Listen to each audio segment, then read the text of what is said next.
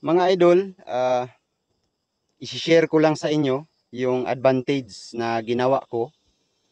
Yung dati kong video kasi idol, nag-spray tayo ng herbicide sa luya natin doon sa area 4. Tapos pag pakinggan nyo pong mabuti yung mga sinasabi ko doon idol, marami kayong matututunan. Tapos ito yung kadugtong idol, i-update ko kayo kung ano yung advantage pag ganun po yung strategy na ginagawa ninyo. Kasi po, yung ibang kasamahan nating farmers na magluluya problema sa mga damo. Dito sa akin idol, isang beses lang po ako naglinis idol.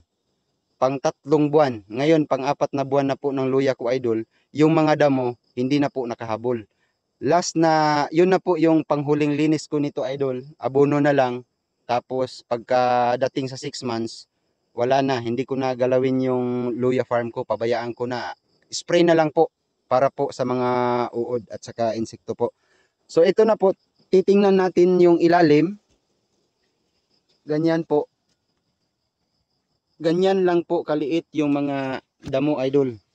Hindi na po yan makakahabol idol.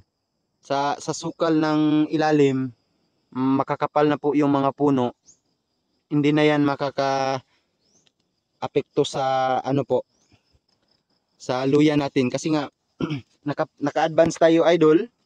Ayan, pag titingnan nyo sa taas yan, hindi pa yan nalinisan pero hindi ko na yan talaga lilinisan kasi nga tama na yun, abono na lang yan. So ganyan po yung advantage idol. Bakit kung mag-spray kayo ng herbicide, natatabunan nyo lang yung luya pag matataas na.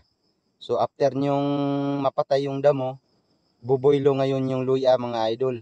At saka ganito yung mangyayari idol, makapagpahinga po kayo. Hindi masyadong trabahoso kasi nga hindi na makakahabol yung damo.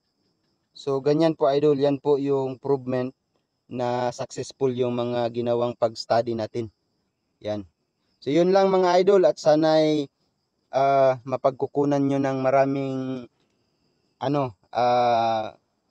kaalaman itong ginawa nating video idol at saka i-share nyo sa mga kasamahan nating mga farmers idol para naman sila rin ay mas marami pa yung magtatanim ng luya idol at saka ang hinahangad natin idol pag marami na yung nagtatanim ng luya, bababa na yung presyo idol at sa magiging 15 na lang idol. Yun po yung target natin idol. So hanggang dito lang idol kasi medyo gabi na. Ayan po.